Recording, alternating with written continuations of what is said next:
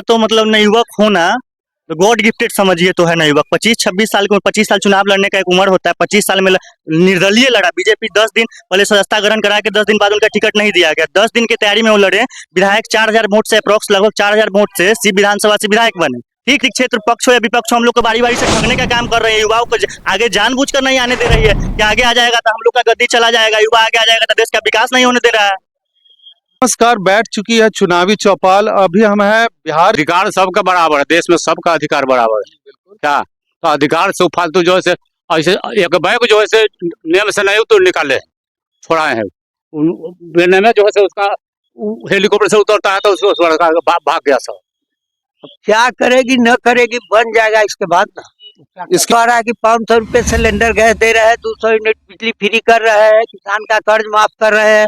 बहुत ऐसा बात है जो रामविलास पासवान से हाजीपुर के लोगों का इमोशनल संबंध था निश्चित तौर पे, लेकिन रामविलास पासवान के बाद यहाँ रामविलास पासवान के भाई को लोगों ने सांसद चुना। अब उनके बेटा को जो है लोग रख दिया है यहाँ। अब सब लोगों का कहना है एनडीए वालों का कि आप चिराग पासवान को जो है वोट दीजिए। तो हमको क्या चाहिए? हमको कोई ऐसा आरक्षण चाहिए और हमको इंदिरा आवास चाहिए। हम तो अपने संपन्न जाति में से आते हैं, तो हमको तो सम्मान चाहिए। तो जो प्रतिष्ठा देगा, सम्मान देगा, हम उसके साथ रहेंगे ना। तो रुपया से सुन रहा है, कोई कह रहा है 28 करोड़, कोई कह रहा है 31 करोड़।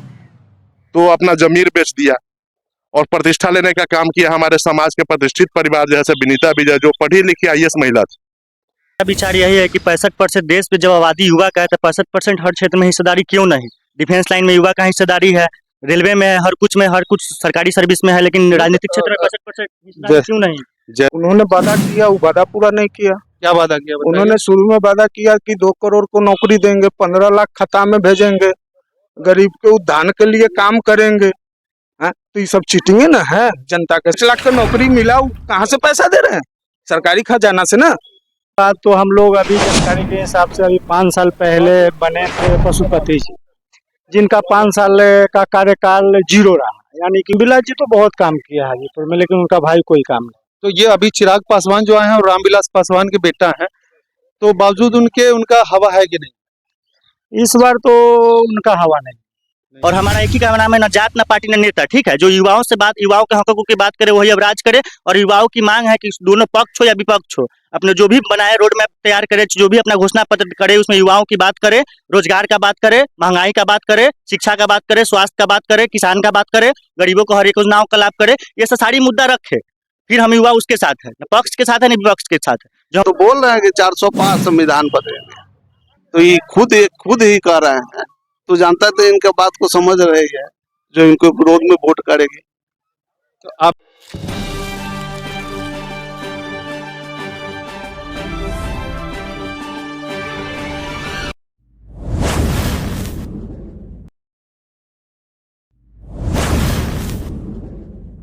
नमस्कार, बैठ चुकी है चुनावी चौपाल। अभी हम है बिहार के वैशाली जिले के धरहरा हाई स्कूल प्रांगण में। ये हाजीपुर लोकसभा क्षेत्र के अंतर्गत आता है और यहाँ हमारे साथ गांव के कुछ आम लोग बैठे हुए हैं जिन्हें राजनीति से कोई मतलब नहीं है। ये आम वोटर हैं। ये वोट किसको करेंगे, किनका काम इनको अच्छा लगता है और वोट क्यों करेंगे, ये सब इनसे जानकारी लेंगे हम। बिना किसी भेदभाव के हम आपको दिखाएंगे कि हमारे जो गाँव के वोटर हैं, जो ग्रामीण वोटर हैं, जिन्हें राजनीति से कोई मतलब नहीं है, वो किसकी तरफ मुखातिब हो रहे हैं। सबसे पहले जो बुजुर्ग हैं यहाँ, उनसे बात करते हैं। नाम बताइए आप। तो आज अभी इलेक्शन होने वाला है, किसको वोट कर रहे हैं? वोट तो करते थे मोदी जी के, समझ गए ना। लेकिन अब जो है वो सुरक्षा गार्ड जो हटा लिया सहनी जी को, इसलिए हम मोदी के नहीं देंगे वोट। तो सुरक्षा क्यों हटा लिए मोदी जी? हटा लिए, देखिए अधिकार सबका बराबर है, देश में सबका अधिकार बराबर है। क्या तो अधिकार से फालतू जो है ऐसे एक बैग जो है नियम से नहीं तो निकाले छोड़ाए हैं। बेने में जो है उसका हेलीकॉप्टर से उतरता है तो उसको भाग गया सब। अच्छा, मतलब सरकार हटा दी? हाँ, सरकार हटाया है मोदी जी। तो ये कहीं ना कहीं इनका आरोप ये है कि मुकेश सहनी को जो Y+ सुरक्षा दी गई थी, वो अचानक एक दिन में हटा दिया गया था उनके कुछ स्टेटमेंट के बाद। तो अब क्या करेंगे? अब आप किसको वोट करेंगे? अब तो जो मुकेश सहनी कहेगा वही करेंगे। अच्छा, मुकेश सहनी जहाँ करें, मतलब जिस गठबंधन में है उधर वोट हो जाएगा। तो ये कहीं ना कहीं अनवाइड हो गए हैं कि एक स्टेटमेंट के कारण मुकेश सहनी पूरा निषाद को वंश हो गया है गोलबंद जो है से ये कारण में ये सुरक्षा गार्ड हटने पर पूरा निषाद देश का हो गया है एक तरफा। अच्छा, मुकेश सहनी का सुरक्षा हटा देने के कारण इनका ये कहना है कि पूरा निषाद जो है वो एंटी मोदी की तरफ जा रहा है। उनका ये आरोप है कि एक स्टेटमेंट के बाद अचानक बिना किसी सूचना के अचानक से सुरक्षा हटा दी गई है। हटाए वो नेम से भी नहीं हटाए, एक बैग हटा लिया, हेलीकॉप्टर से उतरता है तो सुरक्षा गार्ड उसका ये नहीं, एक मतलब है जो बीच में जो है उसका उनका मरवाना था, यही ना।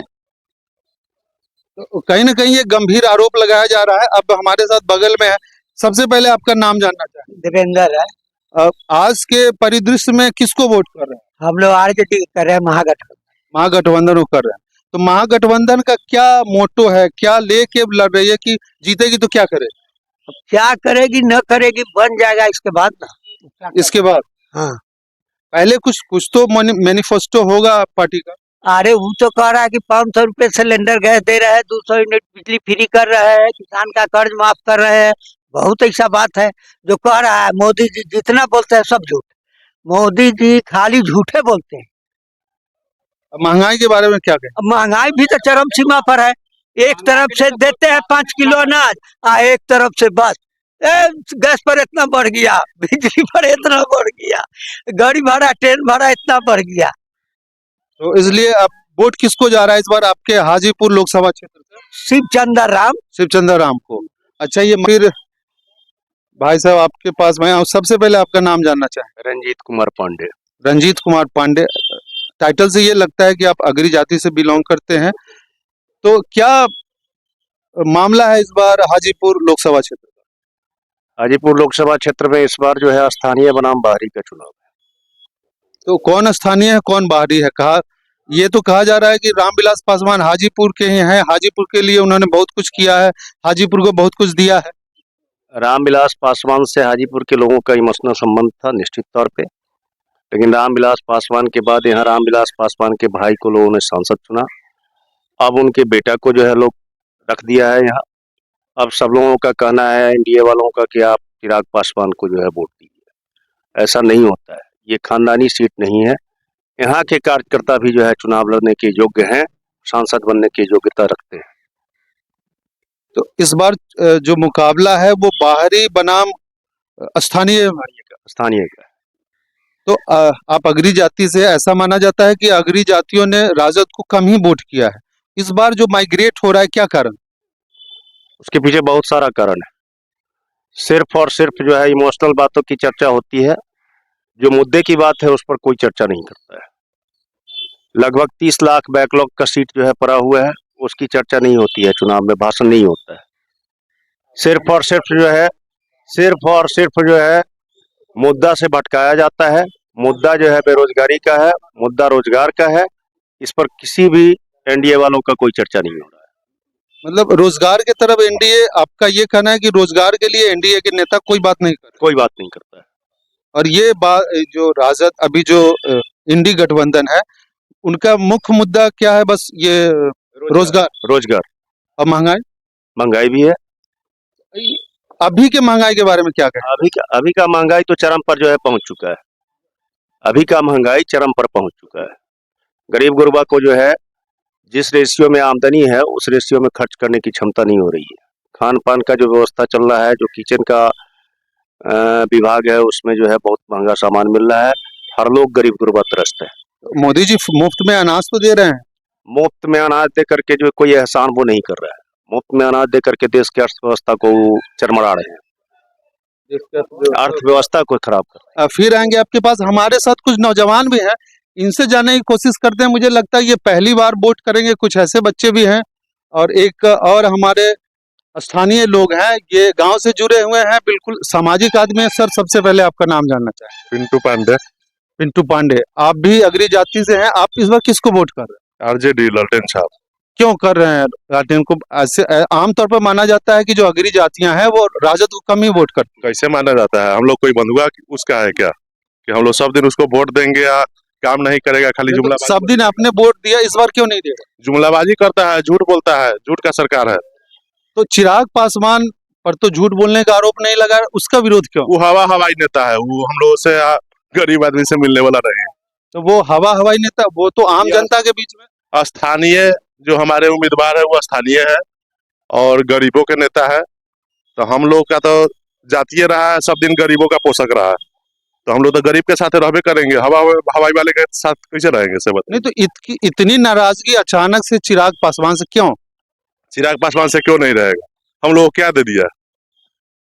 अभी एमएलसी का चुनाव हुआ है तो सम्मान देने का काम किया है जैसे लालू प्रसाद यादव आरजेडी।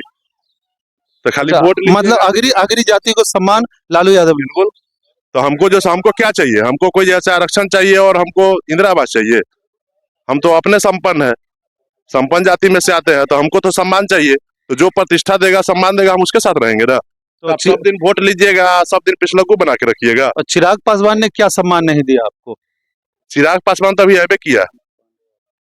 अभी तो चिराग पासवान जो ऐसा किया है कि हमारे समाज के प्रतिष्ठित परिवार है उत्तर बिहार में, उत्तर बिहार क्या पूरा बिहार में कहिएगा, रघुनाथ पांडे की पुतोहू जैसे अमर पांडे की पत्नी विनीता विजय, जो खुद आईएएस महिला थी और बहुत प्रतिष्ठित परिवार के थी, उनको जो है लोजपा में मिलवाने का काम किया।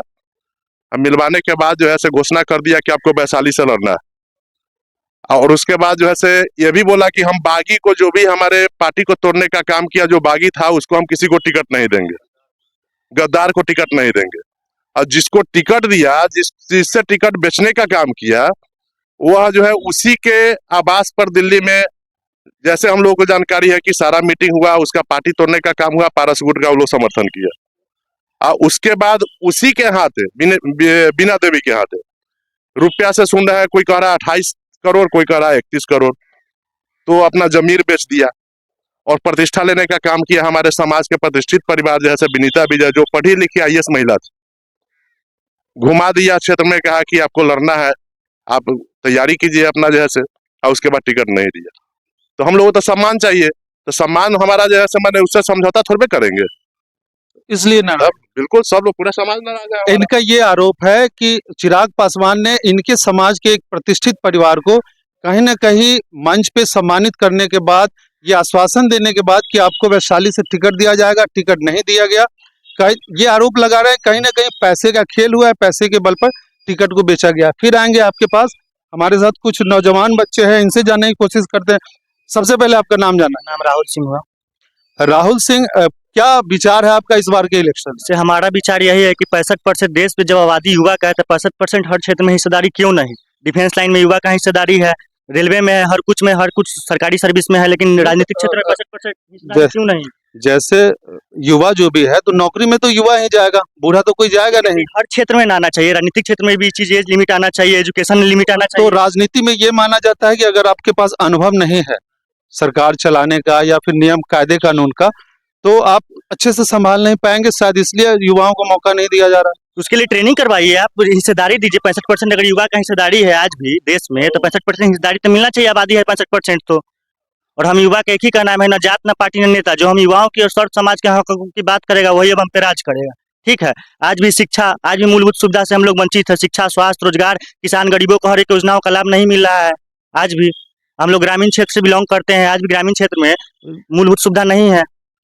तो मूलभूत सुविधा नहीं, इसका जिम्मेवार कौन है? स्थानीय प्रशासन जिम्मेवार है, आपका पंचायत जिम्मेवार है, यहाँ पंचायत से लेकर पार्लियामेंट तक जिम्मेवारी है, इसका जिम्मेवारी लेगा। पंचायत से लेकर पार्लियामेंट तक जिम्मेवार है। न पंचायत में कोई काम कर रहा हो रहा है, न पार्लियामेंट में युवा के लिए कोई काम नहीं हो रहा है, सब जिम्मेवार है। तो कहा जाता है कि भारत जो है वो युवाओं का देश है, बावजूद उसके आप अनुयायी लग रहे हैं। आप इसीलिए तो बता रहे हैं कि युवा का देश है। 65% आबादी जब हमारी है तो 65% हिस्सेदारी क्यों नहीं है हमारी? न राजनीतिक में है, किसी चीज में नहीं। मेन तो अभी पॉलिटिकल लाइन ही है, राजनीतिक ही है, जो से हर कुछ पास होता है, चाहे जो भी कुछ है देश में विकास। तो इसमें अभी तो किया गया है, महिलाओं के लिए सीटें आरक्षित की गई है। ठीक बताते हैं, उससे महिलाओं के लिए सीट आरक्षित की गई। कितना % सीट मिला है महिला को? बिहार में ही गिन लीजिए, बिहार में ही आप गिन लीजिए कितना % मिला है महिला को सीट, किसी भी पार्टी के द्वारा, पक्ष हो विपक्ष हो।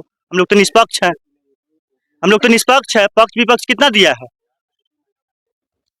ये इन्होंने एक नई बात बताई है कि जहां तक बात किया जा रहा है कि महिलाओं को आरक्षण दिया जा रहा है कि वो पहुंचे संसद में, लेकिन इनका ये कहना है कि इस बार बिल्कुल गिनती की महिलाएं हैं जो इस बार चुनाव मैदान में हैं।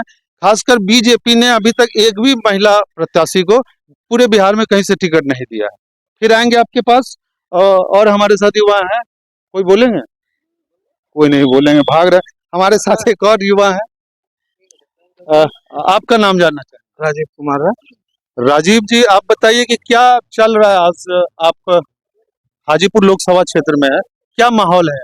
माहौल यहाँ आरजेडी गठबंधन का तो आपको भी मोदी से नाराजगी है, क्यों नाराजगी? बिल्कुल नाराजगी है। क्यों नाराज? उन्होंने वादा किया, वो वादा पूरा नहीं किया। क्या वादा किया बताइए? उन्होंने शुरू में वादा किया कि 2 करोड़ को नौकरी देंगे, 15 लाख खाता में भेजेंगे, गरीब के उद्धार के लिए काम करेंगे।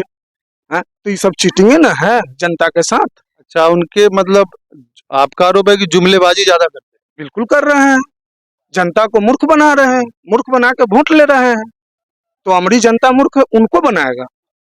अच्छा, इस बार नेताओं को मूर्ख बनना बिल्कुल पड़ेगा। बनना है, बिल्कुल बनना है, बिल्कुल बनना है। फिर आएंगे आपका। इनका ये कहना है कि अभी तक नेताओं ने जनता को मूर्ख बनाया है, अब जनता नेताओं को मूर्ख बनाने का काम शुरू कर चुकी है। रोजगार की बात करते हैं और वो जुमलीबाजी का बात कर रहे हैं। तेजस्वी यादव जहां भी जा रहे हैं रोजगार की बात कर रहे हैं। उन्होंने बोला इससे पहले विधानसभा इलेक्शन में कि 10 लाख को नौकरी देंगे, 5 लाख को दिए, 3 लाख को पेंडिंग में जो प्रक्रिया हुआ उसको नीतीश जी पेंडिंग में रखे हुए हैं। तो इनको तो पलटने से फुर्सत नहीं है, तो ये नौकरी कहाँ से देंगे, रोजगार कहाँ से देंगे?